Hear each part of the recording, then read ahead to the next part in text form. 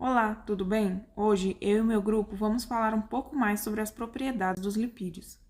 Vamos começar entendendo que os lipídios se dividem em diferentes grupos. A depender da fonte alimentar e da estrutura do lipídio, eles possuem propriedades químicas e impactos distintos na nossa saúde. A manteiga, por exemplo, que está culturalmente muito ligada à nossa alimentação, é rica em ácidos graxos saturados, ou seja, ácidos graxos que possuem apenas ligações simples entre os carbonos.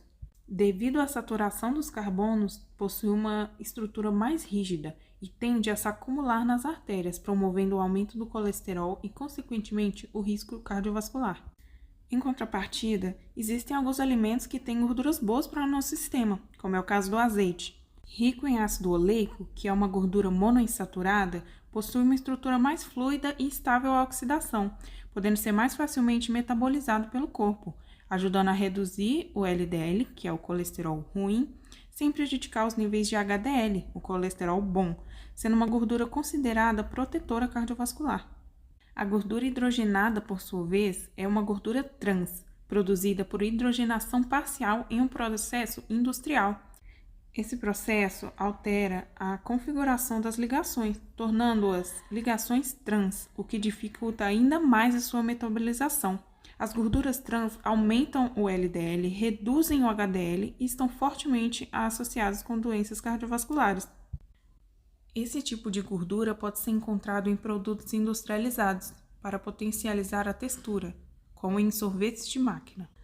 O abacate é conhecido por ser uma excelente fonte de gorduras boas, e é verdade, ele é rico em gorduras monoinsaturadas.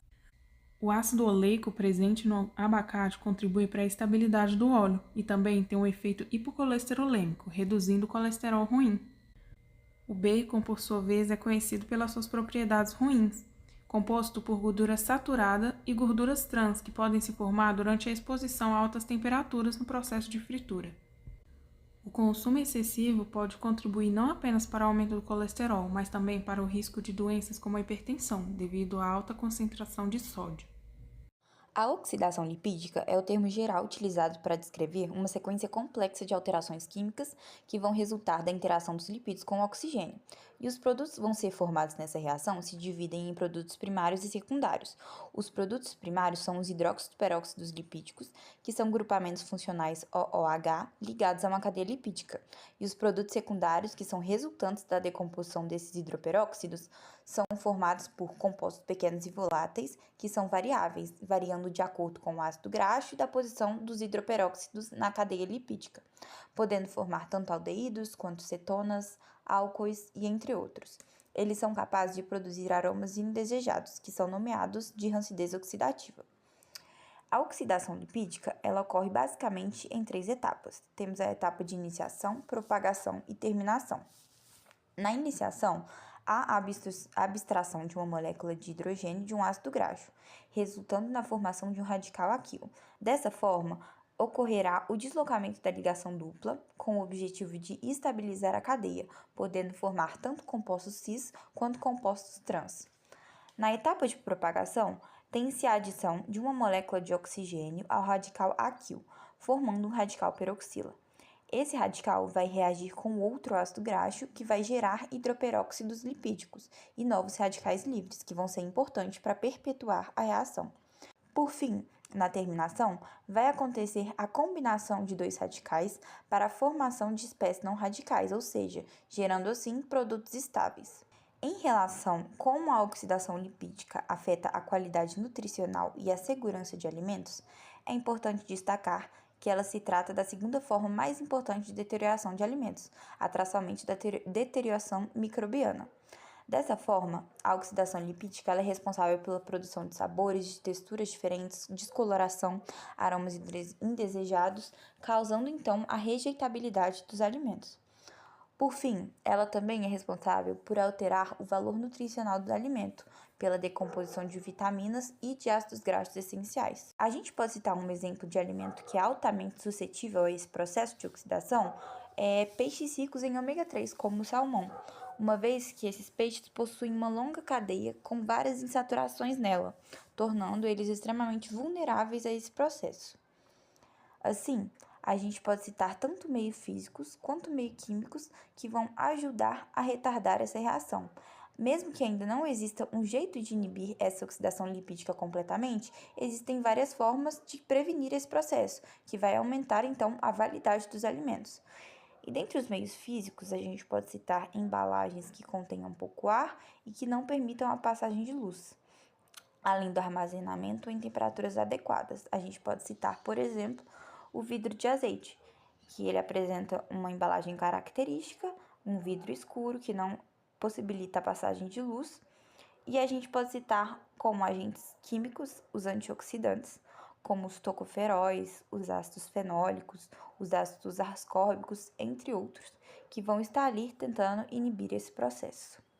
Acerca da formação de substâncias tóxicas, é possível citar a acrilamida, que é um composto formado principalmente durante o processamento térmico de alimentos ricos em carboidratos e aminoácidos, a partir da reação entre o aminoácido asparagina e açúcares redutores, como glicose e frutose, por meio da reação de Maillard, alterando a cor e o sabor do alimento.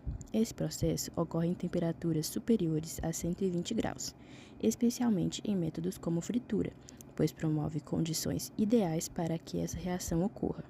Então, quando gorduras ou óleos, principalmente os insaturados, são submetidos a altas temperaturas, ocorre desidratação do glicerol, que propicia a formação de acroleína, que é outra via de produção da acrilamida.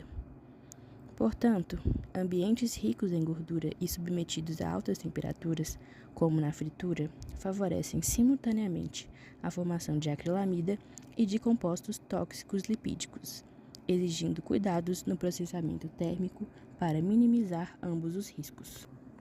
Por fim, existem estudos que demonstram que o consumo habitual de acrilamida pode representar riscos potenciais à saúde, uma vez que estudos em animais indicam que ela é uma neurotoxina e possui potencial carcinogênico, o que levanta preocupações sobre seus efeitos em humanos.